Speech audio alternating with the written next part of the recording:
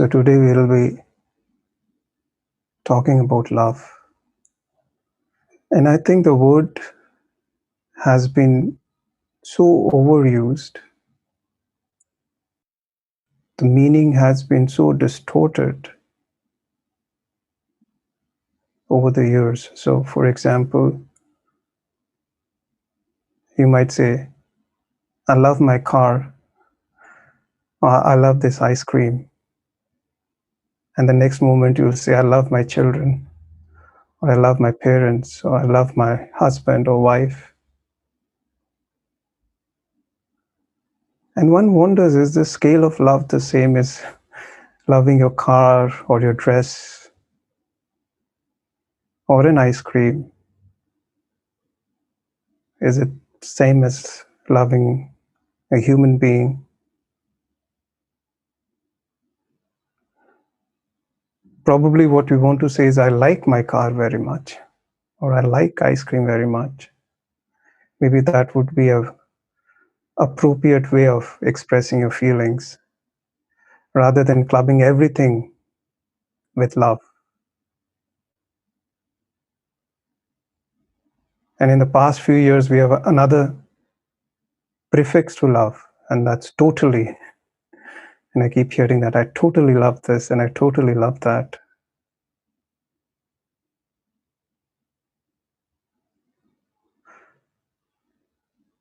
But do we actually totally love something? Do we love something, or is it just expectations and sensual fulfillment, sensual pleasures, expectations, demands?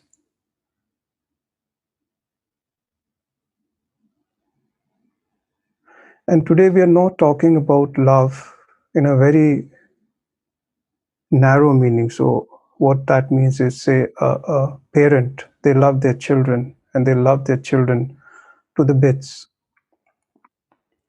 And if the child has a small hurt, the mother or the father will go to the end to heal it. But what happens if someone else gets hurt? Someone, a neighbor, or someone dies somewhere else?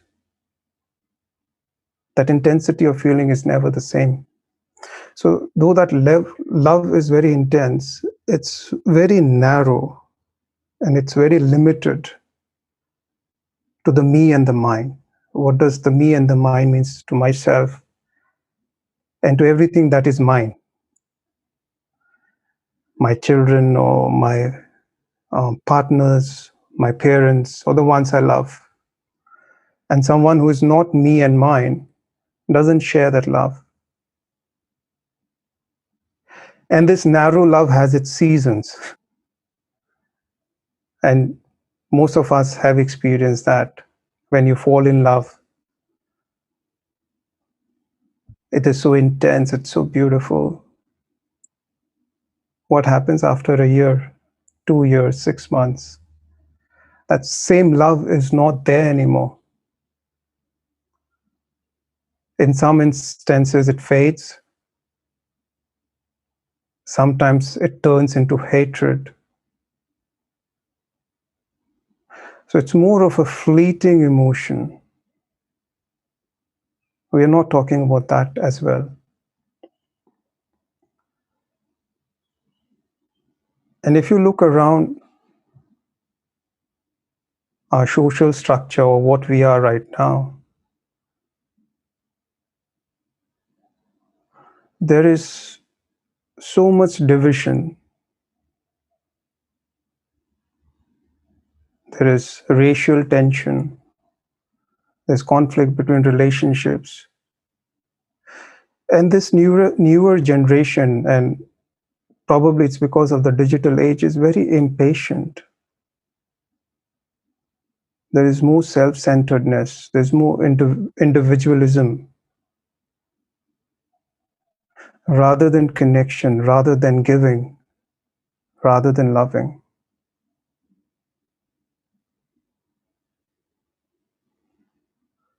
And in the absence of love, you'll see violence, you'll see hatred, you'll see suffering, you'll see divisions. All these things come up, self centeredness. And to take an extreme example, a psychopath, they have no empathy, they have no love. And so, even if they kill 100 people, they don't feel anything inside, they're okay with it. So, absence of love gives rise to all these different things.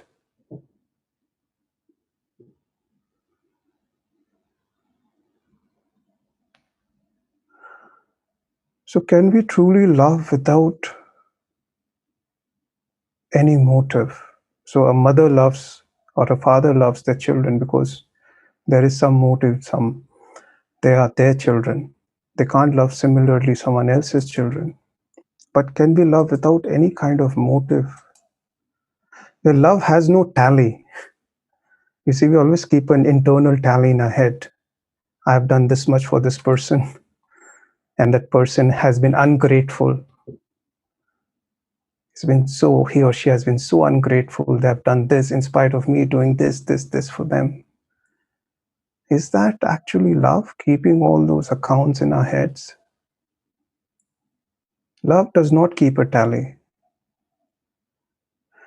I'll share a very beautiful story. So, when I was seeking in the Himalayas, I was at a place called Gangotri, that's around 10,000 feet. And that's the place from where the Ganga, the river Ganges, it originates. So someone told me there is a great sage who lives, I think 20, 30 kilometers from there. Why don't you go and see him? So I went to see him. And this person, he was 65 to 70, quite old.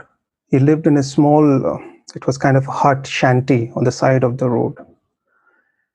And when I went in, I was surprised to see him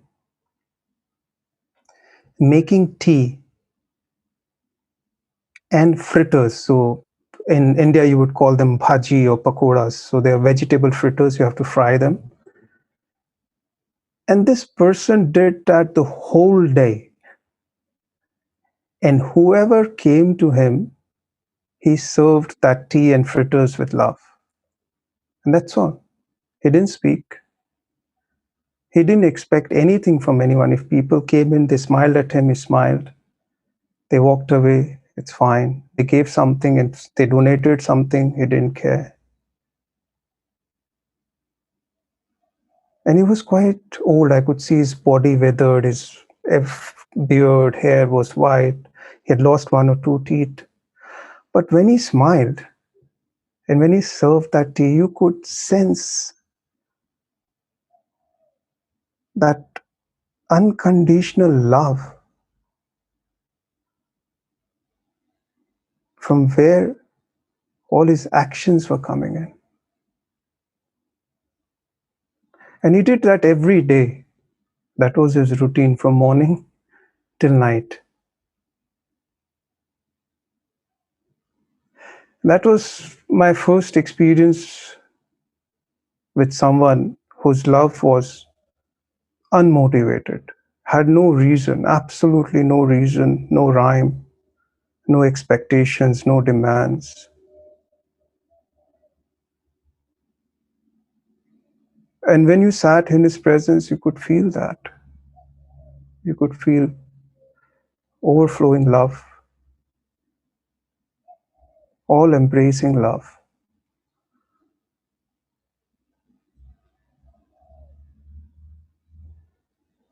But we have lost this capacity to love.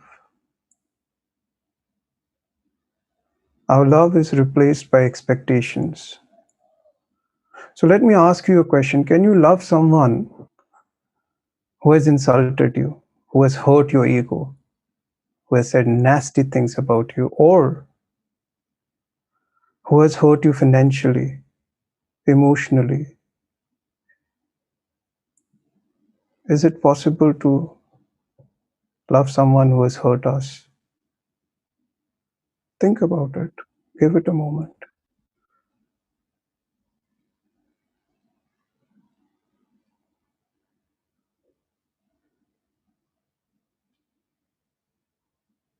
Forget about deep hurt. We can't even love someone. We walk into a store and the person doesn't answer us properly. You see how upset it makes us, how much hurt and pain, and the ego demands that acknowledgement, that respect. But with all that, even if the ego gets that acknowledgement and respect or whatever, what does it feel at the end? It's still suffering, it's still empty, it still wants.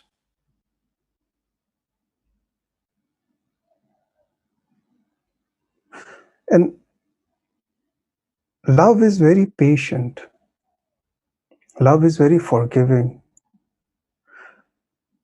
If you go back to the time when you fell in love for the first time, if you remember that time, you will recall how forgiving you were of the other person. It didn't matter if they made mistakes, how patient you were, how kind you were for some time, for how long that love lasted. But there was this capacity to forgive, there was this capacity to be patient, to give. Of course, that wasn't unmotivated love, that wasn't unconditional love. But whatever love that we experience is a reflection of that limitless love. There are reflections of it, there are glimmers of it. But then it is mixed and distorted with all these different expectations and desires and the me and the ego, etc., etc.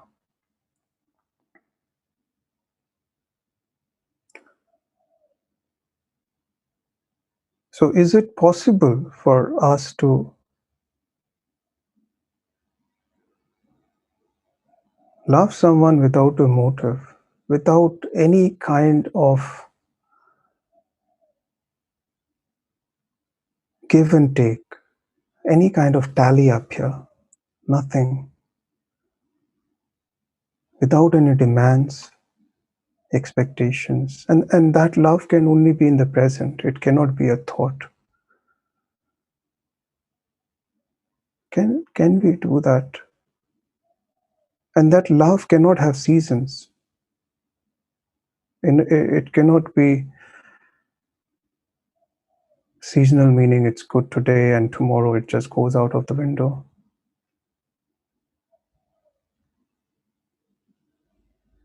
It is. When I was seeking, I saw many, many sages and monks who functioned from that state of pure love. And when I realized this consciousness, and I've talked about this many times in my talks, I realized that the quality of it is love, pure love, which is timeless, which is without cause, which embraces everyone. It doesn't care what color, nationality, gender, religion, status. It doesn't care about anything. It doesn't care if the other person has been good to me or hurtful or angry or respectful. This love just knows to give. This love sees the same self in everyone. It sees this unity. And out of that love, it tries to bring in harmony and balance in all its actions. And I've been speaking for almost 2 years now. And that speaking is also out of this love. There has been no motive, no demands. And those who have been with me for a long time, they know that. And we all have that capacity. We all have that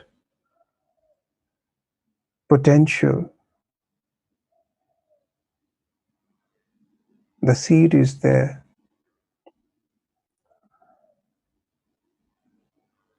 And one of these aspects of love is acceptance. This love gushes forth when there is acceptance of where we are, of the present moment, and also of someone else. Because if we are not accepting, we are trying to mold the person according to our expectations, our demands, our likes and dislikes. But when there is acceptance, true acceptance, you're all right. You don't fight. There's no conflict. And if you see this loving kindness is a very core foundation of Buddhism as well, metta as they call it, where they cultivate this feeling of loving kindness first towards the ones they love and then towards people who have been a little, have hurt them a bit, then to people who have really hurt you, etc., etc. Thank you for listening. You can find more information about Rajiv on his website, innerspiritualawakening.com. You can also email him on Rajiv, RAJIV, @innerspiritualawakening.com.